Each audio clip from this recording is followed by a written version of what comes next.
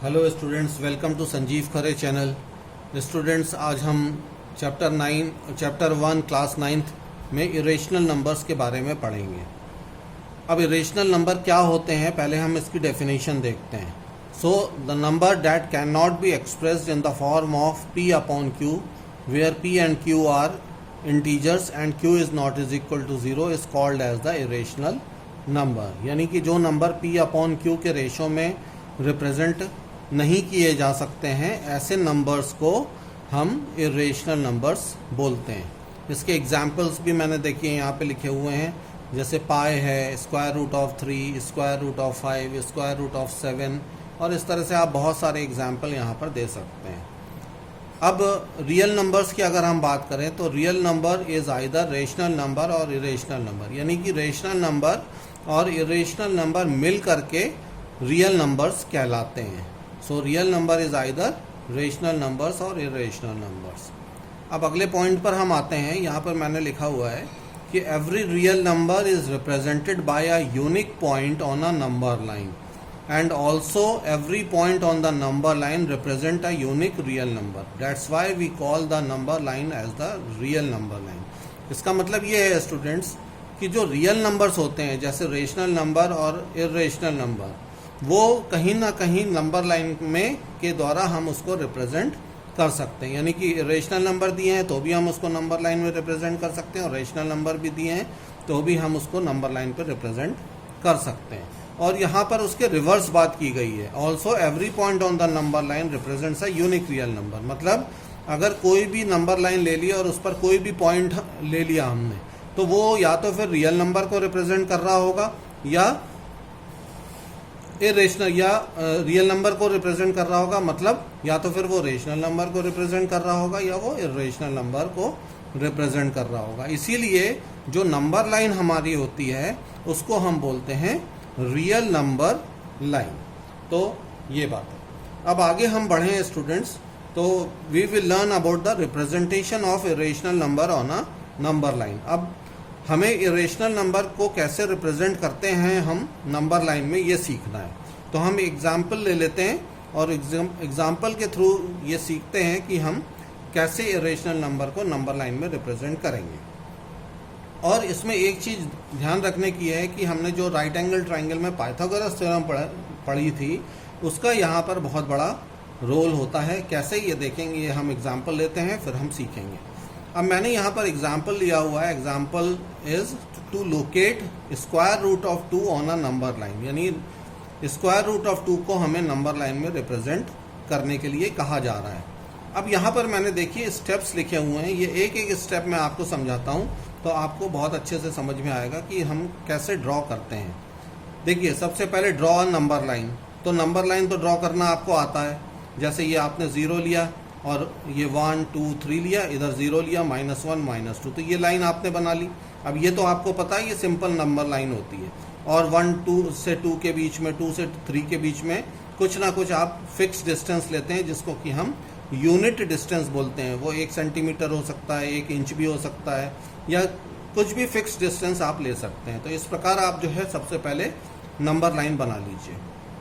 अब उस number line में आपने mark OA is equal to 1 unit. अब आपने O1 जो दिखाई पड़ रहा है उसको हमने O01 जो हमें दिखाई पड़ रहा है, या O1 हम कह सकते हैं, तो उसको हमने 1 को A बोल दिया। तो OA is equal to 1 unit. अब हम क्या करेंगे, A पॉइंट से परपेंडिकुलर ड्रॉ करेंगे। परपेंडिकुलर हमने ड्रॉ किया।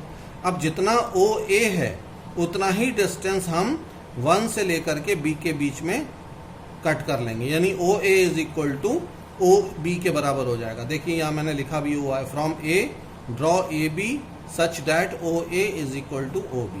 अब ये OB पॉइंट हमको मिल गया। अब हम O को B से ज्वाइन कर देंगे। अब देखिए यहाँ पर पाइथागोरस थ्योरम का रोल शुरू होता है। देखिए ये राइट एंगल ट्राइंगल है क्योंकि हमने यहाँ परपेंडिकुलर ड्रॉ किया हुआ है। अब देखिए ये 1 यूनिट है और ये भी 1 यूनिट है।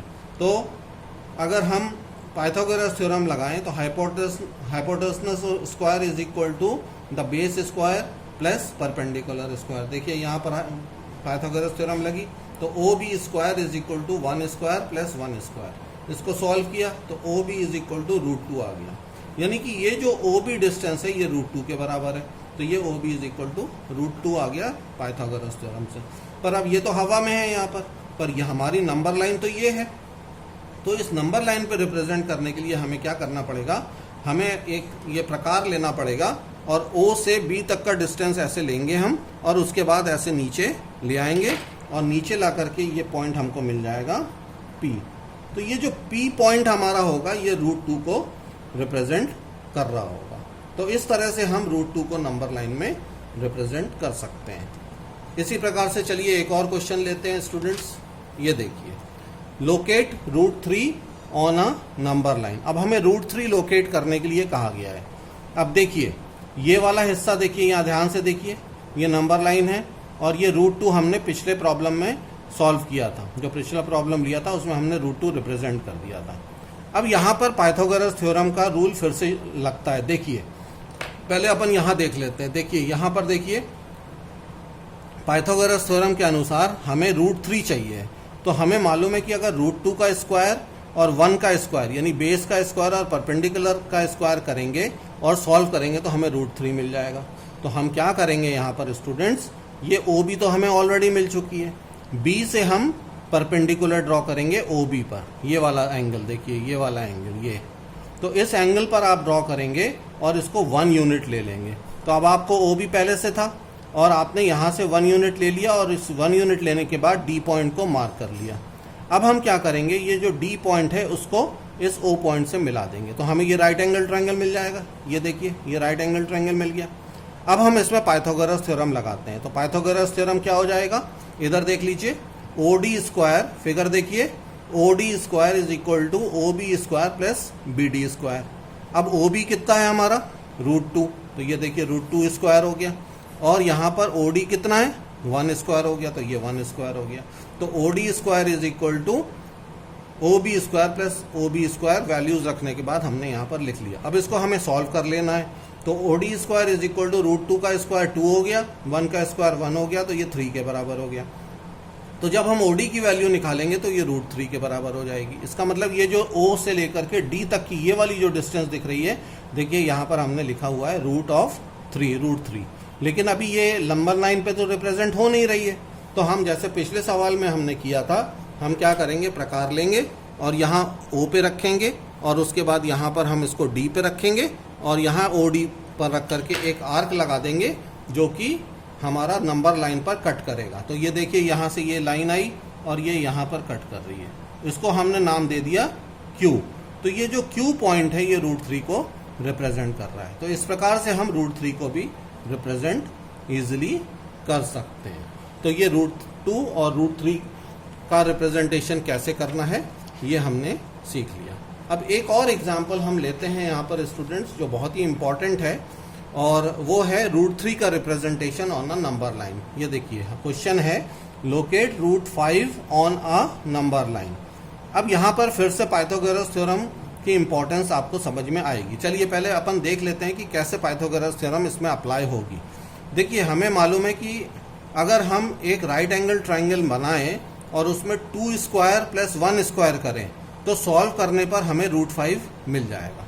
तो हम क्या करेंगे, एक तो तरीका ये है कि हम जो पिछला सवाल किया था उसमें उसी तरीके से प्रोसीड करें, पर हमको वहाँ ऐसा यहाँ पर नहीं करना है।